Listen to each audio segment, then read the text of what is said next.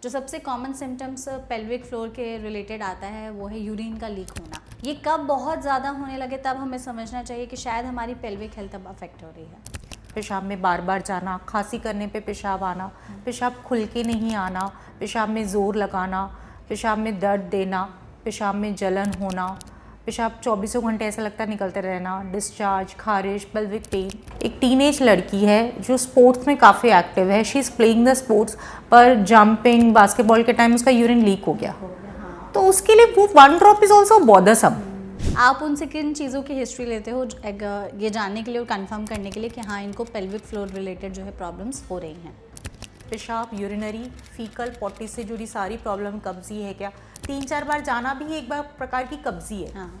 तो वो भी हो गया। सेक्सुअल प्रॉब्लम बहुत ज़्यादा होती है पेशेंट्स को, वो उसमें तो बिल्कुल ही ओपन अप नहीं होते बिकॉज दे अज्यूम कि वो डिलीवरी के बाद ऐसा ही होगा। इतने साल हो गए। ईचिंग, डिस्चार्ज, ब्रीदिंग, व्हेनेवर हम सांस लेते हैं, when we breathe out our belly should come out, okay, and when we exhale it should go inside. तो जो भी ये देखने में मुझे है कि सब अपने पेट पे हाथ रखिए, ट्राई कि जब आप इनहेल करते हो तो आपकी बेली बाहर आ रही है और जब आप एक्सेल कर रहे हो वो अंदर जा रही है। हम ऐसे क्या चीज़ें करें सो दैट आगे चल करके हमें इस तरीके की प्रॉब्लम ना हो, तो वो क्या होंगी? यूरिन होल्ड नहीं करना है, 4 से 5 घंटे में यूरिन का प्रेशर हो या ना हो, you should go to a washroom. Most important, again एक ही अगर मैं टिप दूँ स्पेशली फीमेल्स को, not to hover over toilet seat. मतलब वेस्टर्न टॉयलेट सीट है, मेजॉरिटी हम we are all working, majority या बाहर कभी भी ट्रैवल करते हैं, फीमेल्स क्या करते हैं, टॉयलेट सीट से इन्फेक्शन हो जाएगा तो वो उस पर आराम से नहीं बैठते, वो उसके ऊपर होके यूरिन करते हैं, दैट इज़ होवरिंग। वो बिल्कुल नहीं करना, in long run it will do more harm than any good.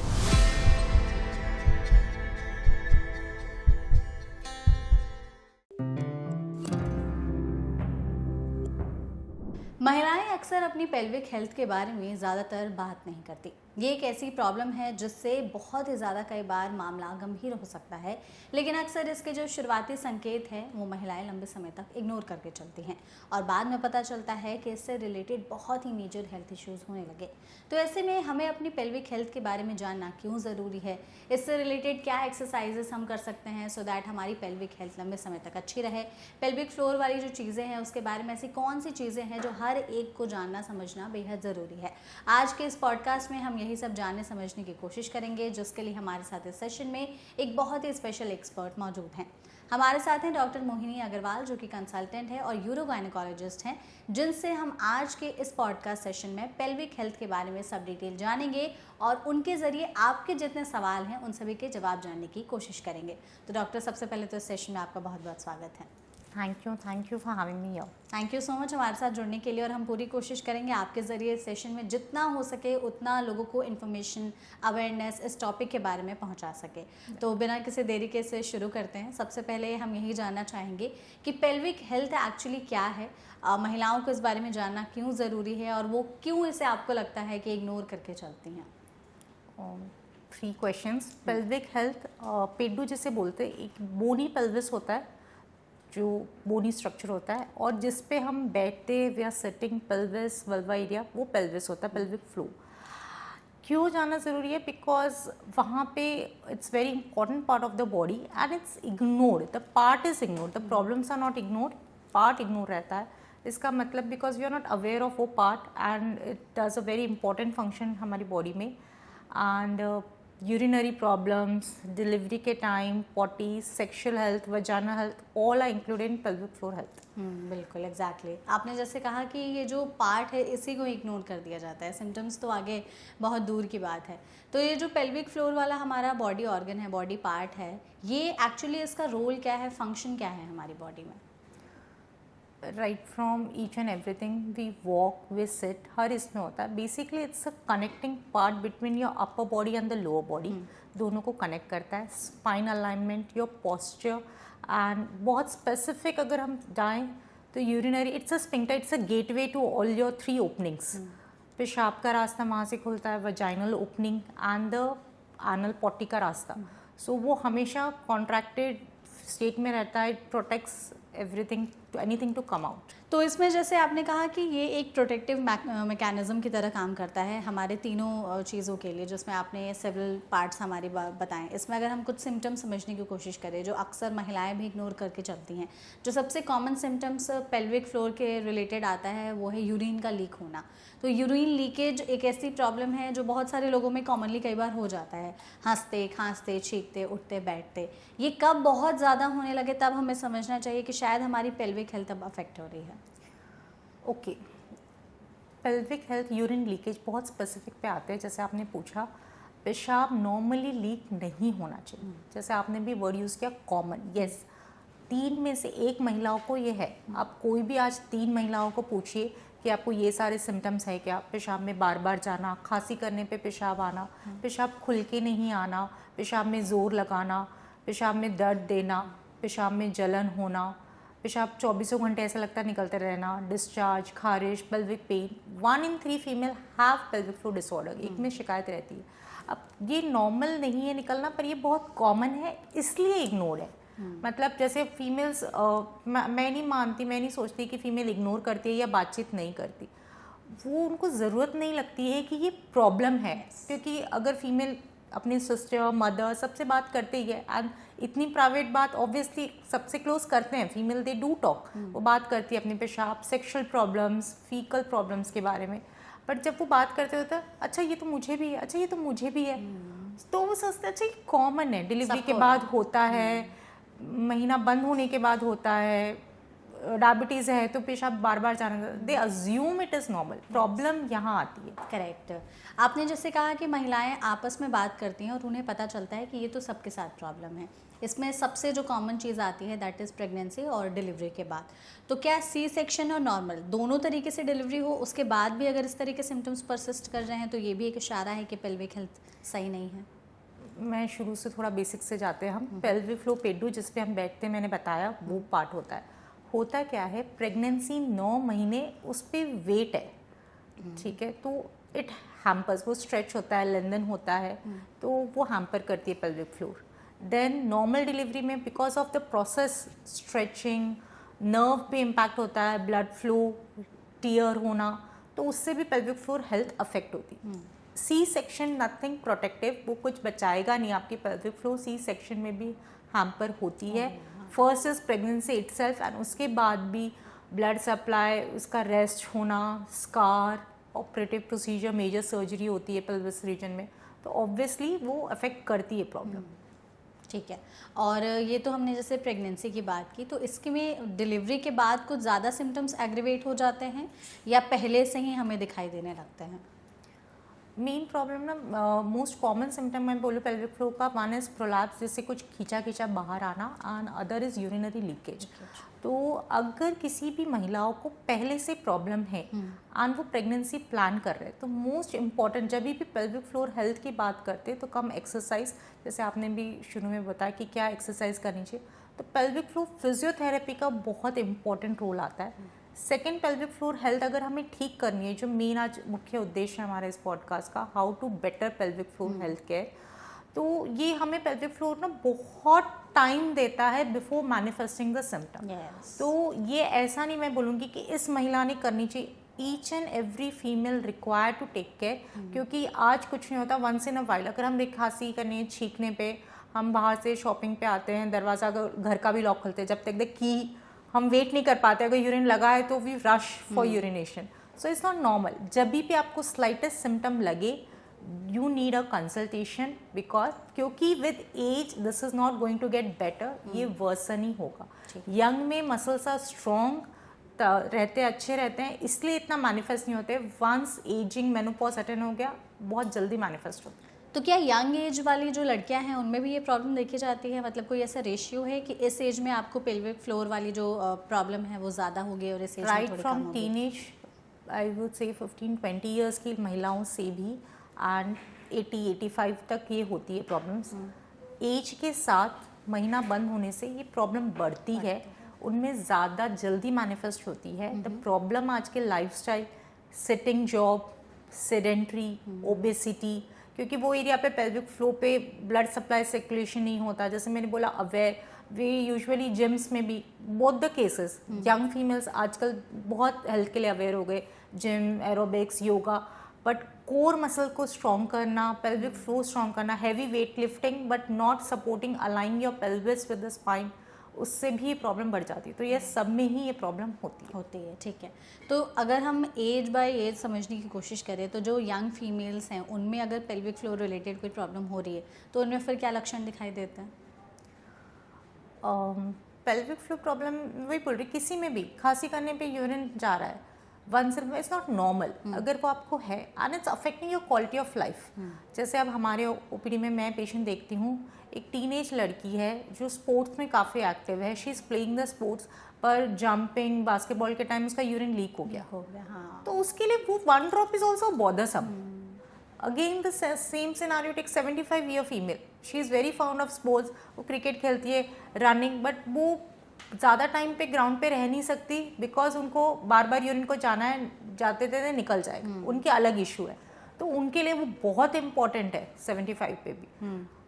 Again scenario I discuss one more patient, 35 year, 2 delivery हो गए, कभी कभी प्रॉब्लम होती है but she is confined to home, washroom female अकेली रहती है, बाथरूम इज़ एक्सेसिबल, उनको प्रॉब्लम है but it's not bothering her करके। तो इसमें सबसे अच्छा बताऊं, बहुत आजकल हेल्थ का इतना हो गया ना, हमें नहीं पता क्या करना है या इसके लिए क्या टेस्ट कराए, there is not nothing test for it, कोई टेस्ट नहीं बताएगा कि आपका पेल्विक फ्लो वीक है। So whenever you go to a doctor, अब जब इनिशियली जब महीना आता है, usually we seek a gynae consultation, delivery पे हम जाते हैं, पोस्ट डिलीवरी जाते हैं, वी अकम्पनी, हम अपने माँ, सासू माँ, बहन, नंदन, सिस्टर, सबको कभी दिखाते। Take it as an opportunity to tell your problem, don't assume it normal. मैं पूरे इसमें एक चीज़ वापस बार बार रिपीट करूँगी, what problem is that female सोचते हैं ये नॉर्मल है, it's very common but it is not normal. So whenever you go to a doctor, आप अपने सिम्टम्स बताएं, she will guide you, it's normal, it's abnormal, क्या करना है। बिल्कुल।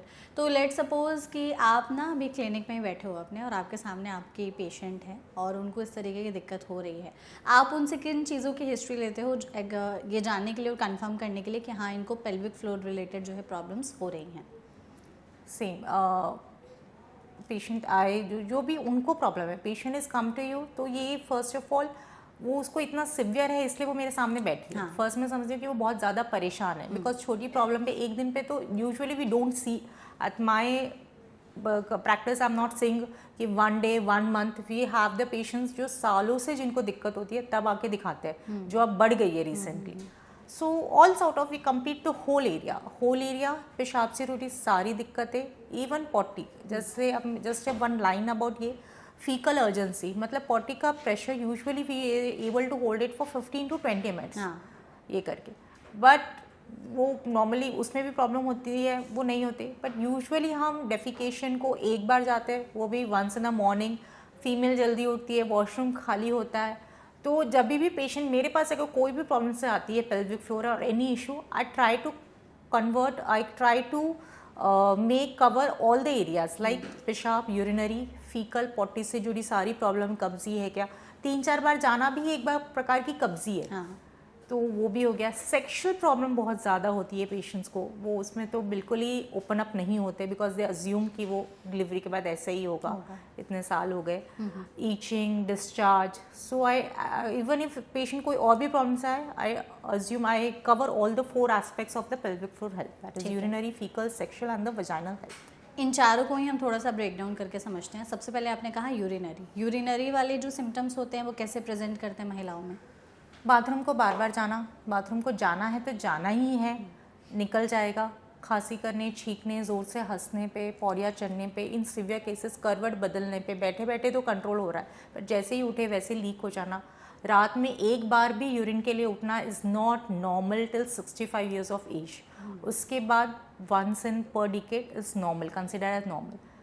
बेड वेटिंग जो बच्चों में बहुत कॉमन होती है 5 से साल तक, वो हम नॉर्मल मानते हैं बच्चों में, कि गीला होने के बाद आँख खुलना, ये सेम सिनारियो हमें 40-50 ईयर्स की फीमेल्स में भी दिखता है। नॉक्ट्रल एन्यूरिसिस, बेड वेटिंग, तो ये वाली प्रॉब्लम्स होना, पेशाब में ज़ोर लगाना, पेशाब करके आए हैं but not the sensation of complete emptying, उनको लगता है अभी भी पेशाब अंदर रुका है, पेशाब में जलन होना, तो दीज आर जो डाइपर्स यूज़ करते हैं पेशेंट, डाइपर्स की वजह से itching, yes so many variety of patients, मतलब वही होता है, it's just not a single urine problem. So whenever patient comes I try to evaluate everything. उनके लिए वो बहुत नॉर्मल है. I have a patient of 65 years में बताऊंगी जो 10 साल से, लिटरली 10 साल से डाइपर यूज़ कर रहे हैं.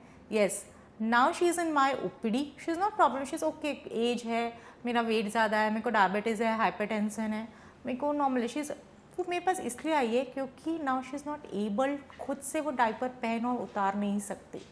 Now she need a help. अभी तक वो खुद से कर पा रहे थे, because now this is there, तब वो patient. So everybody have the different reason for consultation. Right, ठीक है.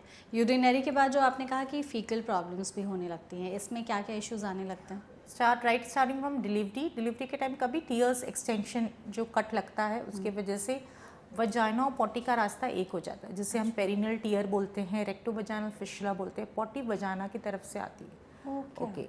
सेकेंड, अगर नहीं भी होता है, क्योंकि वो एरिया में नॉर्मल डिलीवरी होती है, वो एरिया में स्ट्रेच होता है, विद टाइम क्या होता है, patient has a faecal urgency. Potty को जाना है तो जाना ही, वरना निकल जाएगी. पॉटी भी? यस, टू स्टार्ट विद, वही मैं बोल रही हूँ ना, पॉटी यूरिन, तो फिर भी मैनी पेशेंट कम अप, जो मैं देखती हूँ वो यूरिन प्रॉब्लम. आई डेफिनेटली, ऐसा नहीं है कि पेशेंट यूरिन प्रॉब्लम में I will not ask the faecal question, मैं वो भी डेफिनेट पूछूंगी, क्योंकि पेशेंट के हिसाब से वो नॉर्मल है. साल में एक बार निकलती है मैम, मैं ठीक हूँ, 6 महीने में एक बार निकलती है, तो मतलब वो बैठे हैं पेशेंट मेरे सामने से लाइक कि मैम 6 महीने में एक बार निकलती है, मेरे को उससे बॉदर नहीं, आप मेरे सिर्फ यूरिन की प्रॉब्लम देखो. एंड आई एम लाइक कि वो एरिया 1 है, एंड अभी वो 6 महीने में एक बार निकलती है, without treatment anything it will progress. वो और बढ़ेगा 6 महीने के बाद 3 महीने, तो वही मैं बताया, अवेयरनेस इस पे इतना है ना, अज्यूम नॉर्मल कि आप उससे बॉदर नहीं, आप पॉटी को छोड़ो, मेरे को सिर्फ यूरिन की प्रॉब्लम की दवाई दे दो, and that's the thing. And third आपने कहा कि सेक्सुअल मन नहीं करना, sex, loss of orgasm, not feel good when you do the sex. Partners की कंप्लेन होती है, कुछ फील नहीं होता, ढीला लगना, या सेम में पेन होना, पेल्विक पेन की वजह से बहुत पेशेंट होते हैं जो कर ही नहीं पाते हैं. तो these are the sexual problems also, patient not easily open up. Okay. So usually patient को डिस्चार्ज या पेन रहेगा, मतलब she is bothered by because of a sexual complain. वो ऑब्वियसली डॉक्टर से भी शर्माते हैं बताने को, करने को, तो वो अपना बस पेन और डिस्चार्ज की प्रॉब्लम बताएंगे कि मेरे को गंदा पानी. दे अज्यूम कि वो जो प्रॉब्लम हो रही है सेक्शुअल पेन की, वो इसके वजह से, या मेरे को मेंसेस में भी पेन होता है उसकी वजह से. So being a urogynecologist, pelvic floor evaluation is most important thing. Correct है. लास्ट आपने कहा कि वजाइना रिलेटेड इश्यूज भी, वजाइनल इश्यूज होने लगते हैं, उसमें फिर क्या क्या दिक्कतें बढ़ जाती हैं? उसमें हमेशा गर्म लगना, menopausal symptom, genito urinary syndrome of menopause, बाहर पहना, एक जो मैंने बोला 2 main most common female pelvic floor disorder जो हम देखते हैं, बाहर पहना मतलब शरीर नीचे आना, फीलिंग ऑफ हैवीनेस, मॉर्निंग में उठ के ठीक रहता है, by the end of the evening day खत्म होता है तो ड्रैगिंग सेंसेशन, बाहर आना, यूरिन पॉटी के लिए भी शरीर अंदर करना. अच्छा. व्हेन दे वॉक वो प्रोलैप्स रब होता है, पार्ट डिस्चार्ज होना, ब्लीडिंग होना.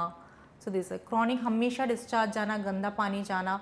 एक होता है पेल्विक फ्लोर नॉर्मल होना जिसमें कोई प्रॉब्लम नहीं होती है, एक होता है पेल्विक फ्लोर वीकनेस जिसमें लीकेज या ये प्रॉब्लम होती है.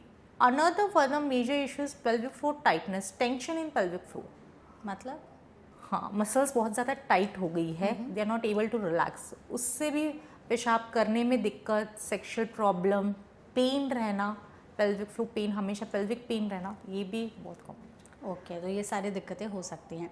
तो अगर किसी भी महिलाओं को, जिन्होंने हमारे इस वीडियो को देखा, इस तरीके के उनको लक्षण परसिस्ट कर रहे हैं, उसके बाद उनका पहला स्टेप क्या होना चाहिए, आप प्लीज़ यही बताइए. Get evaluated your pelvic floor. मैं एक एग्जाम्पल के साथ समझाती हूँ. एक महिला है जो पेशाब, नॉर्मल फ्रीक्वेंसी पेशाब की 24 दिन डे टाइम में 6 to 8, रात में तो जाना ही नहीं होता, 8 तक नॉर्मल है. अब एक फीमेल जा रही है 10 से 12-15 बार ना. उसके 2 रीज़न हो सकते हैं. हो सकता है पेल्विक फ्लोर वीकनेस हो, पेल्विक फ्लोर मसल टेंशन में भी इतने बार जाना पड़ता है. हो सकता है यूरिन लीक हो रहा हो, वीकनेस की वजह से वो है. एंड इवन ये हो सकता है कि पेशेंट का पेशाब की थैली एक बार में खाली नहीं होती है, पेशाब अंदर रुक रहा है, इसलिए उसको बार बार जाना हो. सो ये सिम्टम है. तो मेरा है कि किसी को भी आपको पेल्विक फ्लोर इशू है, यू नीड अ इवैल्यूएशन. कोई ये टेस्ट में नहीं बता पाएगा. कोई टेस्ट नहीं आता जिसमें यूरिन इनकॉन्टिनेंस दिखाएगा कि हाँ ये पेशेंट लीक कर रहा है. नहीं, no test in the world can show कि आपका ये. वो it's more about examination. Pelvic floor evaluation is the most important. X-ray वगैरह होता है? नहीं, एक्सरे अल्ट्रासाउंड कोई टेस्ट नहीं होगा जो ये बताएगा. यस, उसमें है. उसके बाद जैसे हम यूरोफ्लोमेट्री करते हैं, पेशाब की धार का टेस्ट, यूरोडायनामिक स्टडी, एक अलग प्रकार का अल्ट्रासाउंड आता है जैसे transperineal, translabial. But basic is first is the evaluation. तो मेरा सबको ये मैसेज रहेगा, कोई प्रॉब्लम है डोंट अज्यूम इट नॉर्मल. हम यूजुअली डॉक्टर के पास होता ही है जाना, हमें मतलब अगर प्रेगनेंसी हो गया, पोस्ट डिलीवरी, हम किसी को अकम्पनी कर रहे हैं, पेशेंट यही कहता है कि ये दिक्कत है, वो नेट पे सर्च करेगा कि क्या क्या सिम्टम्स है. तो I always encourage patient, yes do your research but do it from verified source and go to doctors with a number of questions कि मुझे ये प्रॉब्लम है and then get it sort out. ठीक है. तो अगर किसी को समझ में आ गया है कि ये दिक्कतें हैं, आपने कहा कि सबसे पहले जा कर के खुद को इवैल्यूएट कराओ. इन सभी का इलाज कैसे होता है? दवाइयाँ दी जाती हैं या फिर बेसिक मतलब आप लोग बात करके कंसल्टेशन में क्या उनको बताते हो ट्रीटमेंट के तौर पर? पेशेंट हिस्ट्री, पेशेंट का क्या दिक्कत है, इवैल्यूएशन, चेकअप एंड देन सबसे इम्पॉर्टेंट ट्रीटमेंट आता है लाइफस्टाइल मॉडिफिकेशन या उनका रूटीन. अगर एक बंदा 5 से 7 कप कॉफ़ी पी रहा है दिन में तो ऑब्वियसली यूरिन ज़्यादा है. They are diuretic, caffeine, carbonated, so many things. Female को बहुत आदत होती है यूरिन होल्ड रखने की क्योंकि गंदा है इसलिए नहीं जाते या बाहर अवॉइड करते, वो प्रॉब्लम है. तो बहुत सारी चीज़ें, I would say 50 to 60% treatment आपके जो लाइफस्टाइल पैटर्न है उससे ही हम चेंज कर सकते हैं. Right. Then comes pelvic floor. Weak है तो स्ट्रेंथनिंग एक्सरसाइजेस, टाइट है तो पेल्विक फ्लोर रिलैक्सेशन एक्सरसाइजेस है. एंड किसी किसी पेशेंट में दोनों होता है तो यू नीड टू उस हिसाब से कस्टमाइज करके ये करना पड़ता है. सो इस लाइफस्टाइल मॉडिफिकेशन, एक्सरसाइज, कंजर्वेटिव, बहुत सारे मॉडिफिकेशन थेरेपीज है उसमें, दवाइयाँ, yes medicine and even the surgery. Okay. So at what stage you are, कितने बॉदर हो, क्या सिम्टम है, उस पर. ठीक है. सबसे पहले आपने कहा कि लाइफस्टाइल में बदलाव करने होते हैं. तो अगर किसी महिला को इस तरीके के सिम्टम्स हैं, वो चाहती हैं कि अपनी जीवन शैली में कुछ बदलाव करके अपनी पेल्विक फ्लोर हेल्थ को और बेटर करें, तो क्या क्या आप 4-5 चीज़ें बोलेंगे आप उनको कि ये बदल दो और ये बंद कर दो? मैं for in general pelvic floor health के बारे में 6 to 8 फ्रीक्वेंसी इज नॉर्मल. ठीक है. सो अगर आपकी उससे कम या ज़्यादा भी है तो you should seek a consultation. Urine pass करने की? यूरिन पास करने की. यूरिन होल्ड नहीं करना है. 4 से 5 घंटे में यूरिन का प्रेशर हो या ना हो, you should go to a washroom. ठीक है. But if you are not able to go to washroom, अगर आप नहीं जा सकते तो ब्लैडर, पेशाब की थैली एक स्टोरेज ऑर्गन है, उसका काम है स्टोर करना. तो अपने होल्ड मतलब अपने वो कैपेसिटी होनी चाहिए. लीक हो रहा है देन अगेन वो चलो. मोस्ट इम्पॉर्टेंट अगेन एक ही अगर मैं टिप दूँ स्पेशली फीमेल्स को, not to hover over toilet seat. मतलब वेस्टर्न टॉयलेट सीट है, मेजॉरिटी हम we are all working, majority या बाहर कभी भी ट्रैवल करते हैं, फीमेल्स क्या करते हैं, टॉयलेट सीट से इन्फेक्शन हो जाएगा तो वो उस पर आराम से नहीं बैठते, वो उसके ऊपर होके यूरिन करते हैं, दैट इज़ होवरिंग. वो बिल्कुल नहीं करना. In long run it will do more harm than any good. So कैसे, एक तो पब्लिक वॉशरूम यूज़ करने से इन्फेक्शन नहीं होता very first of all, but still क्योंकि हमें टेंशन होती है, एंजाइटी हमें है, अगर यूरिन प्रॉब्लम तो हमें obviously we try to avoid it. तो what you can do is, अगर वो फ्लश भी है तो repeat flush before going to washroom. Wash your hand, हाथ धोइए. वॉशरूम जाने के बाद अपने हाथ धोइए. फ्लश करने से पहले. And you can use a big toilet paper, lay down the paper and you can do it. But sit comfortably on the toilet seat, that is the most important thing. Avoid caffeine, carbonated, citrus food, ये सब avoid करना है for good health, bladder health के लिए बस. ठीक है.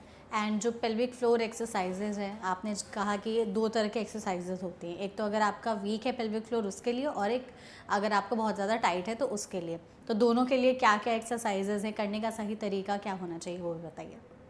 Exercises के लिए best is pelvic floor physiotherapist. ठीक है.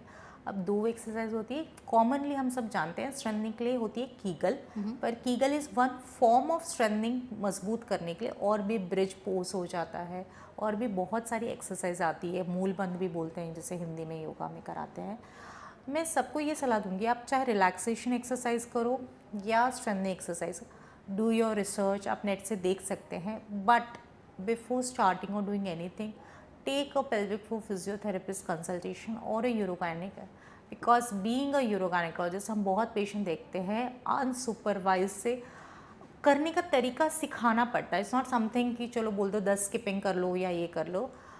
कोर मसल्स भी इन्वॉल्व होती है, ब्रीदिंग पैटर्न मोस्ट इंपॉर्टेंट है एक्सरसाइज ठीक से हो करके, एंड उससे भी ज़्यादा हम देखते हैं पेशेंट अनसुपरवाइज करने से वो दिन रात कीगल करे जा रहे हैं, मसल गेट एग्जॉस्टेड, उनको कोई सिम्टम तो होता नहीं है, गलत तरीके करने से again it's more harm. Okay, so बस नेट से देख के ना करें, अब 1 से 2 मिनिमम कंसल्टेशन लीजिए फिजियोथेरेपिस्ट से, वो आपको प्रॉपरली ब्रीदिंग, कोर मसल्स, जब आप हैवी वेट लिफ्ट करते हो पोस्चर कैसे अलाइन करना है पेल्विक फ्लोर पे कैसे, क्योंकि वो बहुत इंपॉर्टेंट पार्ट है, अपर एंड लोअर बॉडी को कनेक्ट करना, स्पाइन की स्टेबिलिटी, बहुत चीज़ पेल्विस पे बहुत डिपेंड करती है। तो ये सारी चीज़ें बता देंगे, ठीक है। एक्सरसाइज की हमने बात की, कुछ डाइट रिलेटेड भी रिस्ट्रिक्शंस होते हैं कि आपको कौन सी चीज़ें खानी है नहीं खानी है पेल्विक फ्लोर खाने का इतना नहीं है, कैफीन, कार्बोनेटेड, सिट्रस चीज़ को अवॉइड। पानी के बारे में बोलते हैं कि यूरिन, अगेन इसमें 2 होते हैं, यूरिन प्रॉब्लम है तो पेशेंट बहुत ज़्यादा पानी पीते हैं कि पानी ज़्यादा पीने से इन्फेक्शन चला जाएगा ये करके, दैट इज़ रॉन्ग। पानी यूरिन लीक हो रहा है तो कम पानी पीते कि मैं कम पानी पीऊँगी तो कम जाना पड़ेगा, more water is harmful. Less water क्या होगा, यूरिन बनेगा कॉन्सेंट्रेटेड गाढ़ा, दैट विल इरिटेट ब्लैडर, पेशाब की थैली को और इरिटेट करे, बल्कि आप और जाएंगे। सो अगर मैं वही बताया, अगर मेरा पेशेंट मेरे सामने बैठा है, मतलब he has done all this, तभी वो सामने बैठा है, तो बेस्ट हमने कितना पानी पीना चाहिए, 1.5 से 2 लीटर। नाउ डिपेंड्स अपॉन आपकी एज, वेट, हाइट, आपकी वर्क कंडीशन क्या है। जो लोग जिम करते हो तो एक बार में 1 लीटर पी ले जाते हैं, a labour who is working in the sun, बहुत धूप में काम करता है, वो भी बहुत, उनकी रिक्वायरमेंट ज़्यादा हो गई, तो डिपेंड्स। पर भगवान ने बहुत अच्छा सिस्टम बैठाया है कि जितनी प्यास हो उतना पानी पियो। सो 1.5 to 2 litre is the minimum you should have. ठीक है। तो हमने जैसे लाइफस्टाइल और एक्सरसाइज की बात की, आपने कहा कि इसके बाद जो है वो मेडिसिन का रोल आता है, तो मेडिसिन में क्या स्पेसिफिक दवाइयाँ दी जाती हैं और उसके कुछ साइड इफ़ेक्ट्स तो नहीं होते? साइड इफेक्ट सबके हैं, डॉक्टर को दिखाने के भी साइड इफेक्ट है, नहीं दिखाने के भी साइड इफेक्ट है। हाँ। हमें ये देखना है कि हमें क्या है कि नहीं दिखाया तो कंडीशन चलती रहेगी उसके, everything has a side effect, medicine, surgery, but we have all as a doctor risk benefit ratio. हाँ, मैं सारे पेशेंट को एक कोविड का एग्जाम्पल देती हूँ, कोविड में सांस लेने का भी साइड इफेक्ट था, so we stop breathing, no, हमने अपने मेजर्स लिए, तो वैसा ही है, हमें देखना है हम we are okay with the problem और we want to get it better. So yes, medicine has a role, medicine से भी काफ़ी है, यूजुअली लंबा टाइम चलती है मेडिसिन, इट्स नॉट लाइक सर्दी खांसी की तरह नहीं है लीक हो रहा है अभी ले ली एंड स्टॉप। कितने दिनों के लिए फिर भी? No, depends upon the condition क्या है, but specially if talk about incontinence, पेशाब छूटना, वो भी 2 प्रकार के होते हैं, एक तो जाना है तो जाना ही है, एक खांसी करने, छींकने पे, कुछ भी पेट में प्रेशर आ जाता है, yes, usually stress urinary incontinence चलता है, उसके लिए surgery is the gold standard, and जो बार बार यूरिन जाना है उसके लिए मेडिसिन होती है। ठीक है। मेडिसिन के साइड इफेक्ट्स में ऐसा तो नहीं कि फर्टिलिटी इम्पैक्ट होगी, क्योंकि मेजरली औरतों को इसी बात का डर रहता है? नो, फर्टिलिटीज हैज़ नो मतलब रिलेशन, यूरिन इनकॉन्टिनेंस की मेडिसिन फर्टिलिटी का कोई। ठीक है। Surgery pelvic floor vaginal issues है तो majority of the time surgery is vaginally, नीचे के रास्ते से ही, and more than as patient के सिम्टम पे सर्जरी डिपेंड करती है। किसी किसी को 30 इयर्स में भी हम सर्जरी एडवाइस करते हैं, एंड किसी में 60 इयर्स की एज रहती है, स्टिल हमें रहता है कि conservatively with medication and exercise से ठीक हो जाए। तो सर्जरी का कुछ ऐसा है कि पेल्विक रिलेटेड फिर बाद में कुछ इश्यूज तो नहीं होंगे, या उस पर? Same thing, when a patient comes with problem, अगर डॉक्टर सर्जरी एडवाइस कर रहा है तो ठीक होने के, but everybody has their own risk of obviously surgery, but main surgery का ऐसा नहीं है, पेशेंट को होता है कि चलो मेरी तो अभी छोटी एज है 30 ईयर्स में, वही बताया कि कितने केसेस में होता है हम यंग एज में भी वे रेकमेंड की सर्जरी करानी है, एंड कितने हो जाते हैं लेट एजेस में भी हम सोचते हैं कि नहीं बिना सर्जरी। तो आपको कितने टाइम से आप कितने बॉदर हो पेशेंट का है, मेजॉरिटी ऑफ 95% केसेस में surgery is from vaginal route, क्योंकि वो नीचे का एरिया है, प्रोलैप्स हो गया, यूरिनरी के लिए जैसे मैंने बोला सर्जरी होती है खांसी करने छींकने पे, तो वो यूजुअली टेप लगाते हैं नीचे से, तो that's also from below only, तो 95% route of the surgery is vaginal. अच्छा, ओके। तो वहाँ पे कुछ दिक्कत तो नहीं होती होगी ज़्यादातर, मतलब सर्जरी के बाद कुछ चेंजेस या ऐसा लगना? बहुत कुछ होता है, मेन इज़ कौन सी सर्जरी करनी है, बहुत टाइम है, और उससे पहले एक एवेल्यूएशन है, जैसे मैंने बोला कुछ बहुत सीरीज ऑफ टेस्ट होते हैं, then we do it, and benefit is से ही होता है, मतलब सर्जरी डू बेनिफिट। ओके तो इसमें अगर हमें ओवरऑल समझना हो कि वो कौन सी ऐसी फीमेल्स हैं जो पेल्विक फ्लोर रिलेटेड प्रॉब्लम होने के रिस्क पर हैं, सो दैट वो अभी से अलर्ट हो जाएं और अपनी लाइफस्टाइल में चेंजेस करने शुरू कर दें जो आपने हमें पहले बताए थे। If you are planning pregnancy then आप पहले से ही जैसे प्रेगनेंसी प्लान के लिए पे आप कुछ टेस्ट लेते हैं, मेडिसिन लेते हैं, तो start taking care of pelvis, क्योंकि प्रेगनेंसी 9 महीने आपने उस पर वेट डालना है। पेल्विक फ्लो मसल्स नर्व भी स्ट्रेच होती है, डैमेज होती है।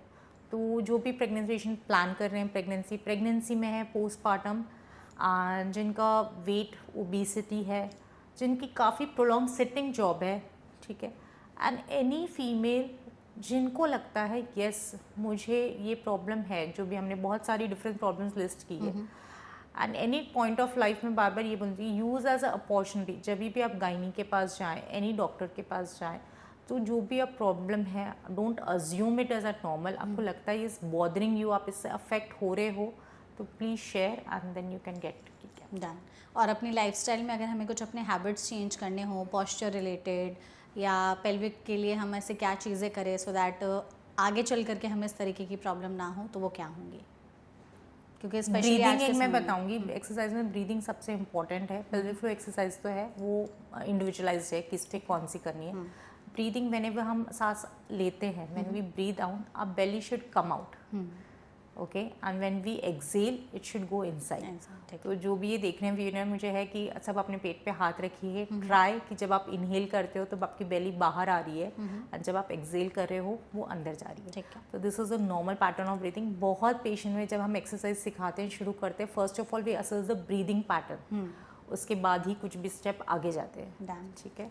एंड आपने क्या पूछा था? एंड देन ये कि क्या पॉस्चर रिलेटेड चीज़ें, posture prolong sitting obviously avoid करें। 1 घंटे से ज़्यादा आपको है बैठना है, just take a 5 minute break, walk around and do it. Awareness, जैसे मैंने बताया प्रेगनेंसी में हमें अवेयर ही नहीं रहता वो पार्ट एग्जिस्ट करता है। हाँ, तो पेरिनियल मसाजेस, प्रेगनेंसी में फिजियोथेरेपी, गेट अवेयर हो जाइए उसको ना।